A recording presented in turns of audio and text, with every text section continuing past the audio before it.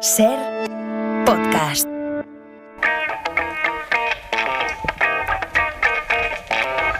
Bueno, ya sabes, Félix Martín, fiscal, que esta es la radio, esta es la vida, y aquí vamos saltando de una cosa a otra, y tenemos pendiente a ver si hoy es el tercer y último capítulo, tercera y última entrega sobre los feminicidios, los asesinatos de mujeres en Ciudad Juárez. ¿Verdad que las dos últimas semanas yo creo que nos han servido desde luego para tomar conciencia de la magnitud del drama terrible que viven las mujeres allí en esa ciudad y en todo México?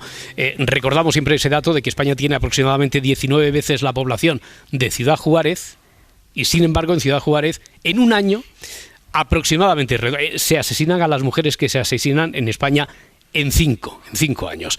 Y que la semana pasada también nos sirvió para hacer un repaso por los horrorosos feminicidios producidos en el país, en México en general, que había rasgos comunes, dijimos, en la mayoría de esos crímenes, ¿verdad? Félix destacaba desde la extrema crueldad, la dejación de funciones por las autoridades en la investigación, incluso la culpabilización de las propias víctimas.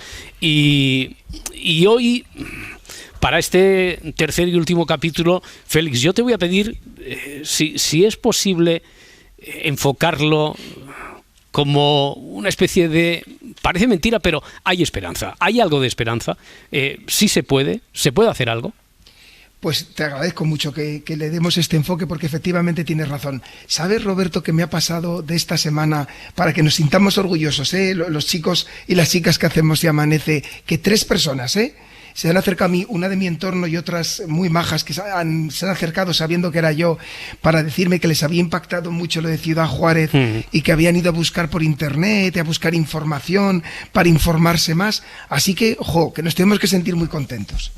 Esto para decirte lo que se me había olvidado. Bueno, a lo mejor el que haya esperanza empieza por ahí, quiero decir, sí. No mirándonos a nosotros el ombligo, sino a que tome conciencia la población, la sociedad. Y la población de allí sí que está tomando conciencia. Ya nos diste alguna pista la semana pasada de eso, ¿no? Efectivamente. A mí me parece similar. Si ahora hacemos balance, ¿os acordáis, chicos, de qué es lo que se pensaba en España y en gran parte del mundo de la violencia sobre la mujer hace 20 años, por ejemplo, ¿no? Sí. Que parecía que se pensaba que las mujeres tenían que callar y aguantar, y hoy ya no solo no callan ni aguantan, sino exigen en una posición de igualdad en el mundo con los hombres, en condiciones de igualdad, y nosotros los hombres que creemos así también les apoyamos en eso. O sea, pues por eso tenemos que, como tú dices, abrir paso a esa esperanza y transmitir esperanza en el programa de hoy. Ya, porque lo que ha pasado en México, podríamos definirlo en los últimos tiempos, ha habido una explosión social, se ha adelantado la sociedad civil, se ha tenido que adelantar la sociedad civil a lo que pudieran hacer las autoridades, desde la política y desde la justicia, ¿no? Sí, fijaros que ha habido una explosión. No pasa lo mismo, no hay un paralelismo, por ejemplo, entre esto y el Me Too de Estados Unidos, o lo que pasó con Rubiales en España, donde parece ser que en los últimos años va por delante la sociedad civil, y la sociedad civil, no sé si lo ves igual, Roberto, parece que empuja a los políticos y a las leyes con posterioridad. Sí, y además, mira, me has dejado un par de audios, lo hemos dejado en un par de audios que has encontrado por ahí de un reportaje hecho en El País. Vamos a escuchar primero a una activista muy significada allí, es Itziel Cisneros, sobre cómo habla precisamente sobre esto, sobre cómo el movimiento de la sociedad civil ha tenido que ir por delante de la política. Me parece irresponsable que, viendo el nivel de violencia en contra de las mujeres que hay en este país, la clase política mexicana no esté volcada a estos temas, ¿no? También creo que la clase política normalmente reacciona cuando nosotros y nosotras presionamos, y por eso me emociona tanto estas mujeres que están presionando, ¿no? Porque cuando empiecen a darse cuenta que eso cuesta votos, que eso les va a costar el poder, van a tener que empezar a escucharnos. En este país tenemos un problema grave, muy grave de violencia, y eso no quiere decir que una muerte valga más que la otra, pero simplemente lo que tenemos que darnos cuenta es que estos homicidas que están cometiendo feminicidios están siendo especialmente violentos contra las mujeres. Y eso es en respuesta a una cadena de violencia que muchos de nosotros estamos siendo permisivos, ¿no? ¿Cuántas de esas víctimas que no fueron asesinadas por su pareja, su círculo cercano o la propia autoridad sabían previamente que estaban sufriendo violencia y nunca hicimos nada, ¿no? Y lo dejamos pasar hasta que la mataron? Se estaba refiriendo, cuando hablaba Itzel Cisneros, esta activista, de cómo se ha movilizado de forma muy gráfica a una campaña, la campaña de la Cruz, con el lema "Ni una menos", de la que también habla en ese mismo documento el actor Diego Luna. Esta campaña tiene un valor profundo, porque en el momento en el que tú pegues una, te va a obligar a una reflexión, a la cual probablemente no le estás entrando, porque si no ya hubieras hecho algo. Te va a hacer hablar del tema, te va a hacer que cada que alguien entre a tu casa te pregunte, oye, ¿por qué tienes esa cruz ahí? ¿Qué significa? Y que empieces un diálogo y una conversación. Eso es lo que hace falta en este país, que dejemos de hablar de cifras y empecemos a hablar de lo personal, que empecemos a hablar de lo que realmente nos vincula con los problemas con los que convivimos diariamente. Y la violencia de género, pues eso, se tiene que hablar en cortito, se tiene que hablar en eso, en tus relaciones más cercanas e íntimas, y siento que esta cruzada tiene ese chance de lograr algo que además te conecte con el resto de tu país. ¿Qué te sugieren a ti, Félix, estas reflexiones, tanto de Diego Luna como de Itzel Cisneros? Pues me maravilla. Mira, de Diego Luna, al que más admiro mucho como actor, nos está interpelando directamente porque, Roberto, chicos, nosotros compartimos vida, intimidad, amistad, trabajo con mujeres que son nuestras compañeras, nuestras amigas, nuestras novias, nuestras hermanas.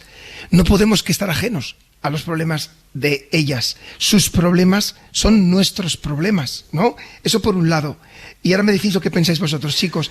Y lo segundo, que tiene una dimensión política, y que si somos conscientes que nos unimos todos, aunque los políticos miraran para otro lado, no van a tener otra que mirar a nuestro lado, porque si no quedan atrás, quedan atrás. No sé cómo lo veis vosotros. Sí, hombre, yo desde luego destaco el paso adelante, que ahora es tan gráfico, con ese movimiento de Ni una menos en México, o lo que citabas tú, de cómo hace escasamente 30 años, como, no más, se estaban haciendo bromas sobre en la tele española, en horario de máxima audiencia, bromas que festejábamos y que nos reíamos con ellas todos, sobre "mi marido me pega", ¿no? Por ejemplo.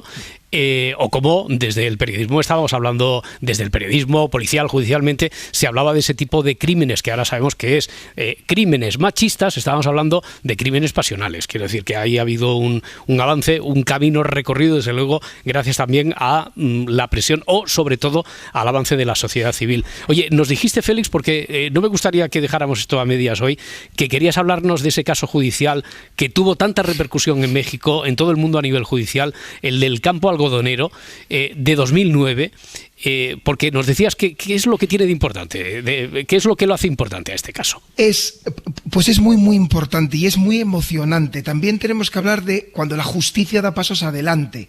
Esta es una condena de un tribunal internacional, igual que Europa, chicos, tiene el Tribunal Europeo de Derechos Humanos, América tiene la Corte Interamericana de Derechos Humanos. Y esta es la primera vez en la historia donde un Estado, en este caso México, fue condenado como Estado por la desaparición y muerte de 3 mujeres, 2 de ellas menores de edad. Ya, ¿y qué hechos eran los que se juzgaron, los que fueron sometidos al tribunal? Pues fijaros, se produce la desaparición de 3 personas. Laura Benerice, una estudiante de 17 años, cuyo último contacto fue el 22 de septiembre del 2001, consistente en una llamada a sus amigas, y se denuncia su desaparición en septiembre del 2001. Claudia Ibet, trabajadora de una empresa maquiladora cerca de la frontera de Estados Unidos, desaparece con 20 años de edad, desaparece el 10 de octubre del 2001. Ese día no se le había permitido entrar en su empresa por haber llegado un par de minutos tarde, y el motivo que da es que se había quedado a ayudar a su hermana en el cuidado de su hija y aún así no le dejaron entrar y desapareció. Y Esmeralda desaparece el 29 de octubre del 2001 al salir de la casa donde trabajaba como empleada doméstica con 15 años. Los cuerpos de estas 3 mujeres son localizados en un mismo sitio, en un campo de algodones, en la ciudad de Juárez, el 6 de noviembre del 2001. Ya, sobre los responsables de esas muertes, ¿se identificaron, se encontraron? Pues veréis, las madres de estas 3 mujeres, siempre las madres, acuden una y otra vez a las autoridades. ¿Y qué es lo que dicen en la Corte Interamericana? Que el trato fue el de pasividad, que recibieron presiones para que no continuaran, que incluso no le tomaban la declaración, le mandaban ir a su casa. Entonces las madres desesperadas, acaban yendo a Corte Interamericana para decir que esa dejación de funciones de los funcionarios públicos mexicanos era responsable de que al final sus hijas hubieran aparecido muertas. Vale, y recurren entonces a ese Tribunal Internacional Americano. ¿Continúa por ahí la investigación entonces? ¿Reciben ese caso? Sí, reciben ese caso y lo primero que hace la Corte Interamericana es que recoge 2 circunstancias. Recoge que todas son mujeres jóvenes de estos 3 casos, que no hay relación de contacto entre sí ni se piensa que sea el mismo autor, y además el segundo factor que investigan es la extrema crueldad que hay en los 3 casos de cómo se ha matado a las mujeres. Y estos factores son de vital importancia, ¿no? Pero ¿no son circunstanciales? No son circunstanciales. Lo que se da cuenta la Corte Interamericana, y esto es muy importante, es que en México, imaginaros que esto se diga una sentencia que importante es para los juristas, dice que las mujeres, por ser jóvenes y sobre todo si son de condición socioeconómica vulnerable, tienen un grave peligro contra su vida, y el Estado mexicano no ha hecho casi nada por protegerlas. Oye, y el Tribunal Internacional también aborda un dato, otro hecho que es novedoso, al que le da mucha relevancia. Efectivamente, aborda este dato, aborda el dato de que los estados tienen un deber de diligencia de proteger a las personas, de proteger a las mujeres. Ya. ¿Qué acuerda el Tribunal Internacional al final? Pues fijaros, acuerda todas estas cosas. Obliga al Estado de México a reiniciar las investigaciones. Segundo, sobre los asesinatos. Ordena investigar el comportamiento de los funcionarios. Ordena que se publique en el Diario Oficial de México la sentencia y los puntos de la misma. Ordena que se cree una página web en Internet que contenga información personal de todas las mujeres jóvenes y niñas desaparecidas en Ciudad Juárez en 1993, ordenando que esa información sea actualizada. Ordena la creación de una base de datos a nivel nacional con esta información. Ordena la creación de un acto público de homenaje a las víctimas. Ordena, chicos, también que se cree un monumento en el campo algodonero, en el lugar de hallazgo de las víctimas, en honor de ellas. Y además ordena a México que cree protocolos para la policía, para los fiscales, para los jueces, para su formación en materia de derecho contra la mujer. Oye, es un tribunal internacional por encima del Estado. ¿Esto es vinculante? Es vinculante. Vale. Es vinculante. ¿Es esta la única vez que un tribunal, un organismo internacional, ha condenado a un Estado por crímenes contra las mujeres? Pues no, fijaros, hay un comité de las Naciones Unidas que se llama el CEDAW, Comité para la Eliminación de Discriminación contra la Mujer, que también ha tratado de 2 casos, para que veáis que esto no pasa solo en América del Sur. La investigación sobre desapariciones de mujeres y niñas indígenas en Canadá, en 2015, y acabó señalando que había una práctica de feminicidio en Canadá contra la población indígena, señalando que había una pasividad de las autoridades, y en mayo de 2021 este mismo comité también lo estableció, feminicidios generalizados en Sudáfrica, estableciendo que también que había una responsabilidad del Estado sudafricano en la desaparición de mujeres con una dejación de funciones.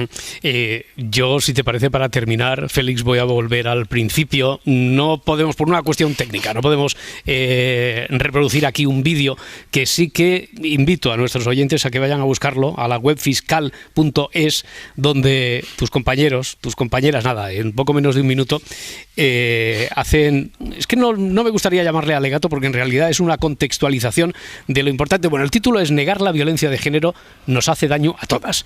Y Bueno, yo invito a la gente a que escuche, a que vea a tus compañeros, con los que imagino que tú ya conoces ese vídeo, estás absolutamente de acuerdo, porque dan ahí 4 o 5 datos sobre los que hemos caído también estas semanas, que son fundamentales, ¿no? Y que efectivamente, y que no podemos obviar nunca. Negar la violencia y banalizarla nos pone en peligro a las mujeres y nos pone en peligro a todos. Eso es lo que decimos los 2.700 fiscales. Eso es lo que decimos, bien alto. Félix Martín, fiscal. La próxima semana no descartes que a lo mejor hagamos un especial preguntas o dudas de los oyentes contigo, que tengan que con ver vosotros con al fin del mundo, ya lo sabéis, lo que me digáis. Un abrazo, Félix. Hasta la próxima. próxima. Un abrazo enorme. Hasta luego. Adiós, adiós.